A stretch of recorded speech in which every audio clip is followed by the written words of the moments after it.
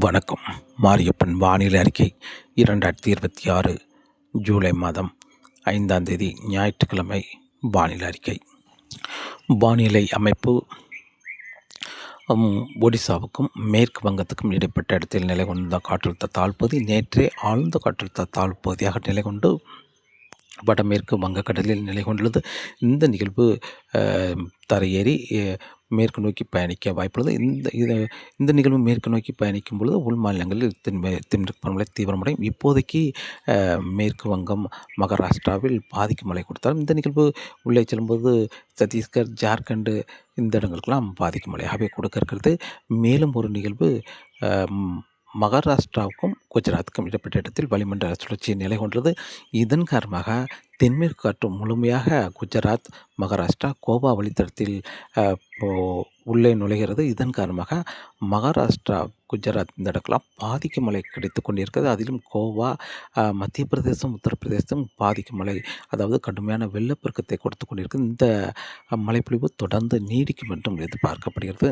இன்று ஜூலை 5, நாளை ஜூலை 6, 7ஆம் தேதி வரை பாதிக்கும் மழையாகவே கிடைக்க வாய்ப்புள்ளது. மகாராஷ்டிரா, கோவா, குஜராத்துக்கெல்லாம் இந்த நிகழ்வு மெல்ல தரையேறி கிழக்கு நோக்கி பயணிக்க வாய்ப்புள்ளது. இந்த நிகழ்வு கிழக்கு நோக்கி பயணித்து இப்போது ஒடிசாவுக்கும் மேற்கு வங்கத்துக்கும் இடைப்பட்ட இடத்தில் நிலை கொண்டிருக்கும் ஆழ்ந்த காற்றழுத்த தாழ்ப்பகுதியும் மேற்கே முன்னேறி வந்து இரு நிகழ்வுகளும் ஒன்று இணைந்து மீண்டும் வடக்கு நோக்கி இமயமலையை நோக்கி பயணிக்கும் என்பதால் வருகிற நாட்களில் தென்மேற்கு பருவமழை உள் மாநிலங்களுக்கு பாதிக்கும் மழையாகவே கொடுக்க வாய்ப்புள்ளது. இப்போதைக்கு மகாராஷ்டிராவில் கடுமையான வெள்ளப்பெருக்கத்தை கொடுத்து கொண்டிருக்கும் மழைப்பொழிவு தொடர்ந்து மீண்டும் இன்று ஜூலை 5, 6, 7ஆம் தேதி வரை நீடிக்கும் என்றும் எதிர்பார்க்கப்படுகிறது. 7ஆம் தேது வரை மும்பை மாநகரத்துக்கு ரெட் அலர்ட்டாகவே தொடர வாய்ப்புள்ளது. மகாராஷ்டிரா முழுவதுமே ரெட் அலர்ட் தொடர வாய்ப்புள்ளது. அதுவில் குஜராத், கோவா இந்த இடங்களுக்கும் கடுமையான சேதத்தை கொடுக்க இருக்கிறது.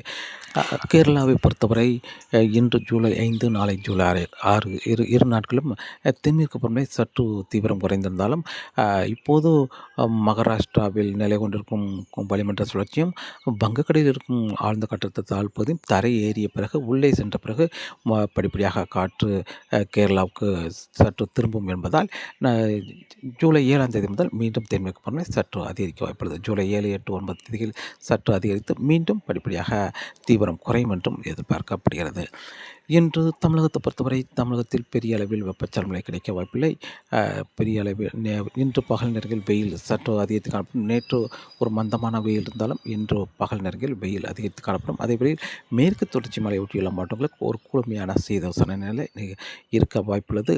ஆனால் வெயிலும் இருக்கும், ஒரு குளுமையான சீதோசன நிலையும் நிலவ வாய்ப்புள்ளது மேற்கு தொடர்ச்சி மலை ஒட்டியுள்ள மாவட்டங்களுக்கு.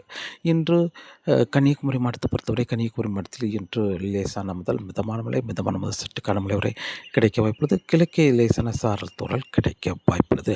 திருநெல்வேலி மாவட்டத்தை பொறுத்தவரை திருநெல்வேலி மாவட்டத்தில் மேற்கு தொடர்ச்சி மலைகள் மிதமான முதல் சற்றுக்கான மழை, அதுவெளியில் பாபநாசம், அம்பை, திருநெல்வேலி மாநகரம் வரை தென்மேற்கு பருவமழை முன்னேறி வந்து சாரல் மழை, தூறல் மழை கிடைக்க வாய்ப்புள்ளது.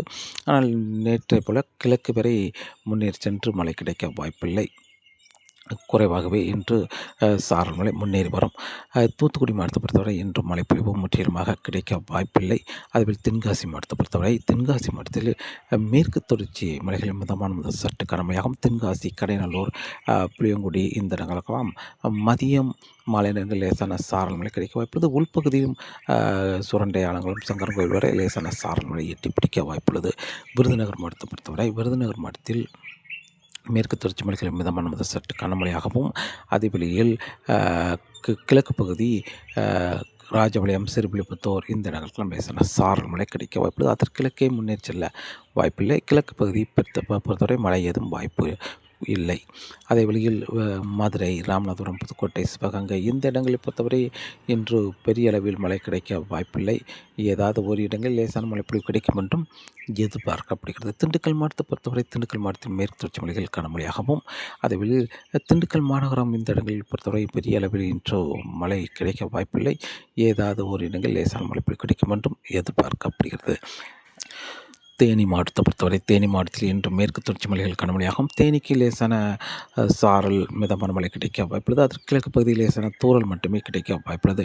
தேனி மாவட்டத்தை பொறுத்தவரை கோயம்புத்தூர் மாவட்டத்தை பொறுத்தவரை கோயம்புத்தூர் மாவட்டத்தில் மேற்கு தொடர்ச்சி மலைகள் மிதமான முதல் சற்று கனமழையாகவும் கோயம்புத்தூர் மாநகரத்துக்கு எப்போது வேணாலும் லேசான சாரல் ஏற்று பிடிக்க வாய்ப்புள்ளது. அதேபோல் இன்று பொள்ளாச்சி உடுமலைப்பேட்டையை பொறுத்தவரை நேற்றை விட இன்று சற்று குறைவான மழையே கிடைக்க வாய்ப்புள்ளது. நேற்று எப்போது வேணாலும் சாரல் மழை மிதமான மழை வரை கிடைத்திருக்கும்.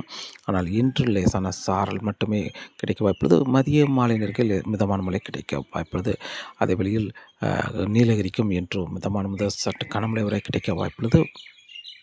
திருப்பூர், ஈரோடு, சேலம், தருமபுரி, கிருஷ்ணகிரி இந்த இடங்களுக்கு மாலை அல்லது இரவு நேரங்களில் லேசான சாரல் தூறல் எட்டி பிடிக்க வாய்ப்புள்ளது.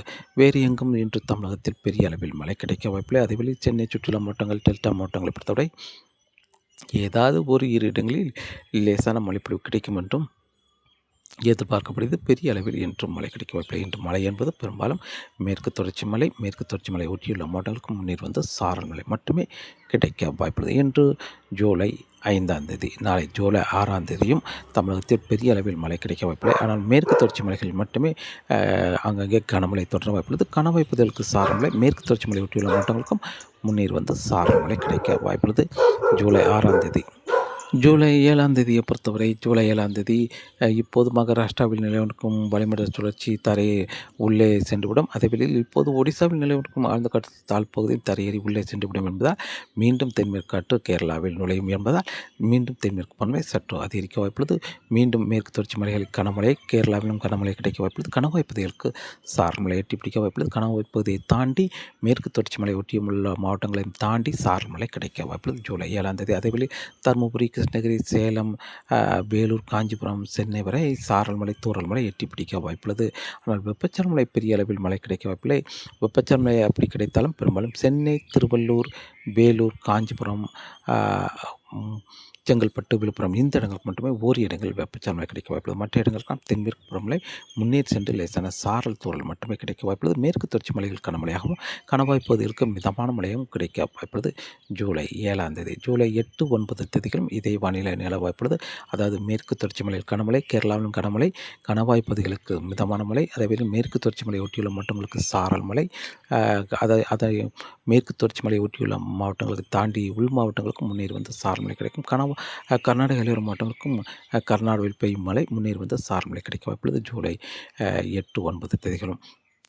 ஜூலை 10ஆம் தேதி முதல் தமிழகத்தில் வெப்பச்சலன மழை அங்கங்கே தொடர வாய்ப்புள்ளது. ஜூலை 10, 11, ஜூலை 9ஆம் தேதியே தொடர வாய்ப்புள்ளது ஆங்காங்கே. ஆனால் ஜூலை 10ஆம் தேதி சற்று கூடுதலான பரப்பில் இருக்கும். ஜூலை 11ஆம் தேதியும் அங்கே தொடர வாய்ப்புள்ளது வெப்பச்சலன மழை. அதுவே தென்மேற்கு பருவமழை தீவிரம் குறைந்து காணப்படும். மாலை நேரங்களில் மட்டுமே கேரளா, மேற்கு தொடர்ச்சி மலைகளில் லேசான சாரல் மழை கிடைக்க வாய்ப்புள்ளது. அதன் பிறகு தொடர்ந்து தென்மேற்கு பருவமழை சீராக பெரிய அளவில் இருக்க வாய்ப்பில்லை.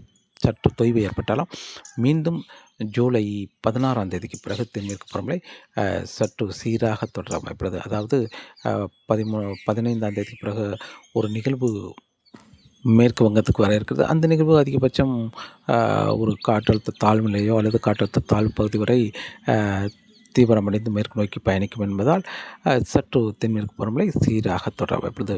ஜூலை 16, 17, 18, 19 தேதிகளில் சீராக தொடரும். அதே வழியில் லேசான சாரல் மழை மேற்கு தொடர்ச்சி மலையை ஒட்டியுள்ள மாவட்டங்களுக்கு எட்டி பிடிக்க வாய்ப்புள்ளது.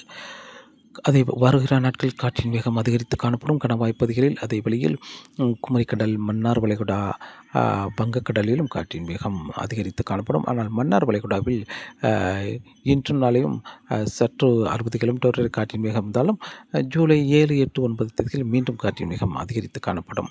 அதே வழியில் தமிழகத்தில் வெயிலும் வருகிற நாட்களில் சென்னை சுற்றியுள்ள மாவட்டங்கள், மத்திய மாவட்டங்கள், தென் மாவட்டங்கள் உள்பகுதி வெயிலும் 1-2 டிகிரி செல்சியஸ் வெயில் சற்று அதிகரித்து காணப்படும்.